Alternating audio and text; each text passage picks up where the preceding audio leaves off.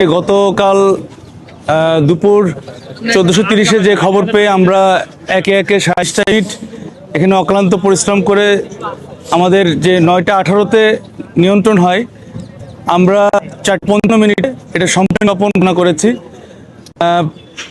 এখানে আপনারা দেখবেন যে কার্গো ভিলেজের যেই কাস্টমস হাউজের অংশটুকু, বিশেষ করে কাস্টম হাউজের অংশ এবং তার সামনে যেই অংশগুলো ছিল, প্রতিটা জায়গাতে আসলে যেই কম্পার্টমেন্টালাইজড ভাগ ভাগ করা ছিল, প্রত্যেকটা জায়গা ছোট ছোট করে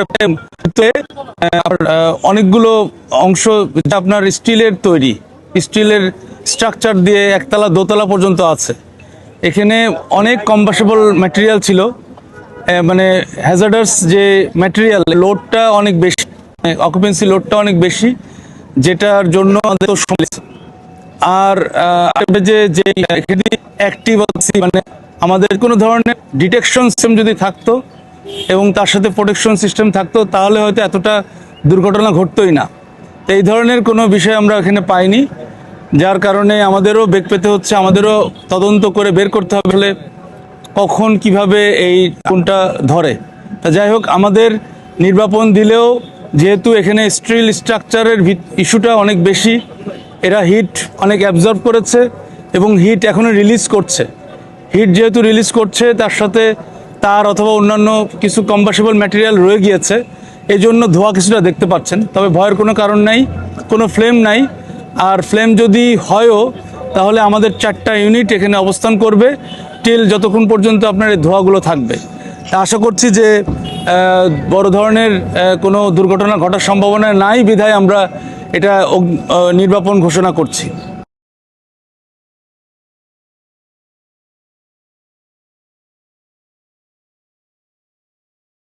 আগুন লাগা মানে অ্যালার্ম সিস্টেমটা নাই এবং সেটা লাগার পর যে ডিটেকশন সিস্টেম, হ্যাঁ, দুটার একটাও নাই। তার মানে একটা আন্তর্জাতিক বিমানবন্দর, বাংলাদেশের প্রধান বিমানবন্দর, সেখানকার আমদানি কমপ্লেক্সের এই অবস্থা, আপনাদের সাজেশন কি? এবং এটা তো মানে নিরাপদ না আর কি, এটা কোনোভাবেই নিরাপদ না যে আগুন ডিটেক্ট করতেও পারছেন না, সঙ্গে সঙ্গে পানি পড়ে যাওয়ার যে অপশনটা, সেটাও নাই এখানে। মানে অ্যাক্টিভ এবং প্যাসিভ যে ডিটেকশন এবং প্রোটেকশন সিস্টেম, এটার কথা বলছি। তো এটা আপনার মানে বর্তমান এই অনুযায়ী আমরা সাজেশন দিচ্ছি যে এটা অবশ্যই বিল্ড আপ করতে হবে, এটা ব্যবস্থা নিতে হবে। আর হচ্ছে এটা যেটা বললাম যে কেন এত সময় লাগলো, সময় লাগার কারণটা বললাম আর কি, যে ছোট ছোট কম্পার্টমেন্ট আপনারা গেলে হয়তো মানে যখন দেখবেন তখন হয়তো বুঝতে পারবেন, তদন্তর পরে জানা যাবে বিষয়টা। তবে এটা মানে খুব ছোট ছোট মানে ঘরের মতো করে ভিতরে এরকম ভাগ করা, বিভিন্ন মানে ভাগ করার কারণেই এটা হয়তো ভিতরে কেটে কেটে ঢুকতে হয়েছে আমাদের। তো এই স্টিলগুলো কেটে ঢোকাটা একটা বড় কষ্টসাধ্য বিষয় ছিল, এটা একটা ঝুঁকিও ছিল। আমাদের এই চ্যালেঞ্জটা আমরা মোকাবেলা করতে পেরেছি এবং সময় লেগেছে। এই কারণে আমাদের প্রথম দিকে যেহেতু আমরা যদি ভিতরে ঢুকতে পারতাম, মানে সিস্টেমেটিক যে প্রসেসটা থাকে সাধারণত, এক্সিট রুট, আপনার এসকেপ রুট, এইগুলো এখানে কম ছিল এবং এটা খুবই স্টোরটা খুবই আপনার কনজাস্টেড, মানে কি বলবো, মানে জায়গাটা খুবই ন্যারো, যার কারণে এত কনফাইন্ড স্পেসে আমাদের ফায়ার ফাইটিংয়ে একটু সময় লেগেছে আর কি। কনফাইন্ড স্পেস এবং অনেকগুলো কম্পাসেবল ম্যাটেরিয়াল, সব কিছু মিলিয়ে আমাদেরকে এই সকাল থেকে আপনারা হয়তো দেখে থাকবেন যে এটাকে বিভিন্ন ফায়ার হুক দিয়ে উল্টায় পাল্টায় তারপরে আস্তে আস্তে ধীরে ধীরে এটাকে নির্বাপন করা হয়েছে, সময় লেগেছে এই জন্য। প্রত্যক্ষদর্শীরা জানিয়েছেন যে ফায়ার সার্ভিস আসার পর তাদেরকে বিলম্ব করা হয়েছে, তাৎক্ষণিকভাবে প্রবেশ করতে দেয়নি। এই বিষয়ে যদি একটু বলতেন, আসলে কতটুকু?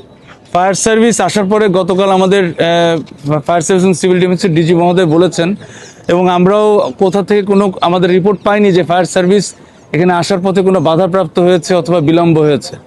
এমনি স্বাভাবিক ফায়ার সার্ভিস যখন আগুনের ঘটনা ঘটে, ফায়ার সার্ভিস চলে আসে, ফায়ার সার্ভিস এখানে দাঁড়ানো ছিল কিন্তু তারা পানি দিতে পারে নাই। সিভিল এভিয়েশন থেকে আপনারা কোনো বাধাগ্রস্ত হয়েছে? আমি বুঝতে পেরেছি, আমি এভিয়েশন কোনো বাধা দিয়েছে কিনা? এখানে ফায়ার সার্ভিস আসার কথাই না, যেহেতু ভেতরে ফায়ার সার্ভিস আছে, ফায়ার থাকার কথা। আন্তর্জাতিক শাহজালাল বিমানবন্দরে আর নিজস্ব অগ্নি নির্বাপন ব্যবস্থা আছে, অগ্নি নির্বাপন দল আছে। আপনারা এখানে ঢুকে সেটি আসলে কি পেয়েছেন? তাদের যে নির্বাপন যে ব্যবস্থা, সেটি সক্রিয় ছিল কিনা? এখানে ফায়ার হাইড্রেন্ট থাকার কথা, নিজস্ব অগ্নি নির্বাপন ব্যবস্থা থাকার কথা আন্তর্জাতিক শাহজালাল বিমানবন্দরে, সেটি আপনারা পেয়েছেন কিনা? আপনার ধারণাটা একটু ভুল আছে, আপনার তথ্যটা একটু ভুল আছে, আমি সঠিক করে দিচ্ছি। এখানে যে ফায়ার ফাইটিং সিস্টেমটা আছে, এটা ইন্টারন্যাশনাল একটা মানে অপারেশনাল, মানে এটাকে অপারেশন করার জন্য যে যে কার্যক্রম করার কথা সেটার জন্য আপনার ফায়ার ফাইটিং সিস্টেম রয়েছে, এটা বেবি চকের রয়েছে। আর ফায়ার সার্ভিস এবং সিভিল ডিফেন্স রাষ্ট্রীয় একটা সংস্থা, যার কাজ সব জায়গায় বাংলাদেশের 64টা ডিস্ট্রিক্টে যে কোনো পয়েন্টে সে কাজ করতে পারে। এখানে আসার কথা না, থাকার কথা না, এই ধরনের কোনো রুলস রেগুলেশন অথবা কোনো জায়গায় কোথাও লেখা নেই, ফর এর ইনফরমেশন। আর আপনাদের সবার যে একটা জিজ্ঞাসা যে ঢুকতে দেরি হয়েছে কি বাধা দিয়েছে, এই ধরনের কোনো কার্যক্রম অথবা কথাবার্তা অথবা কোনো কিছুই তো আমাদের কোনো তরফ থেকে আমরা পাইনি। আমি জানি না যে, আমরা বুঝতে পারছি না যে আপনাদের বারংবার এই কোশ্চেন আসে।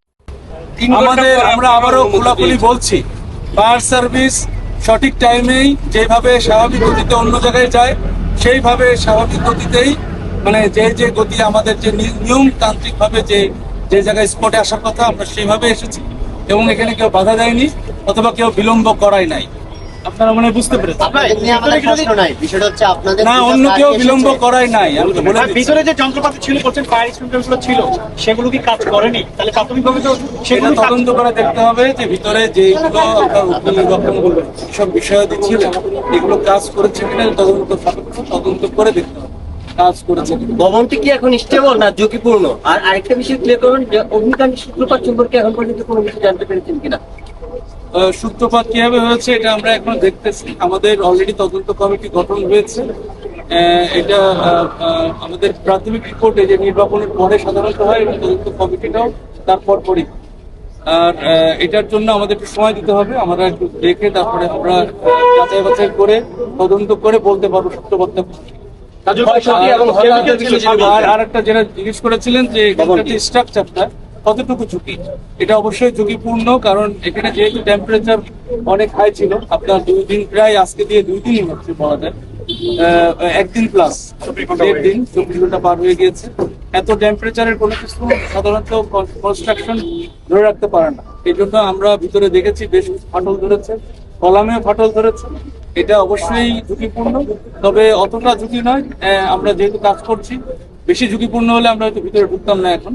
তবে এটা ঝুঁকিপূর্ণ হালকা রয়েছে, এবং আমি আশা করবো যে এই ভবন কর্তৃপক্ষ তারা অবশ্যই এটা জরিপ করে এটা বের করবেন যে কতটুকু ঝুঁকিপূর্ণ।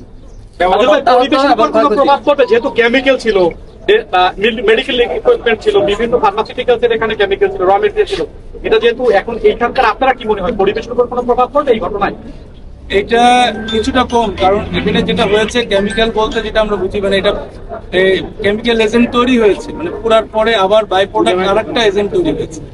এইভাবে কিছু কেমিক্যালের উপস্থিতি থাকতে পারে, কারণ এখানে যেই ওষুধ রয়েছে, এখানে বিভিন্ন প্রোডাক্ট রয়েছে যেগুলো বাই প্রোডাক্ট পরবর্তীতে কেমিক্যাল এজেন্টে পরিণত হয়েছে।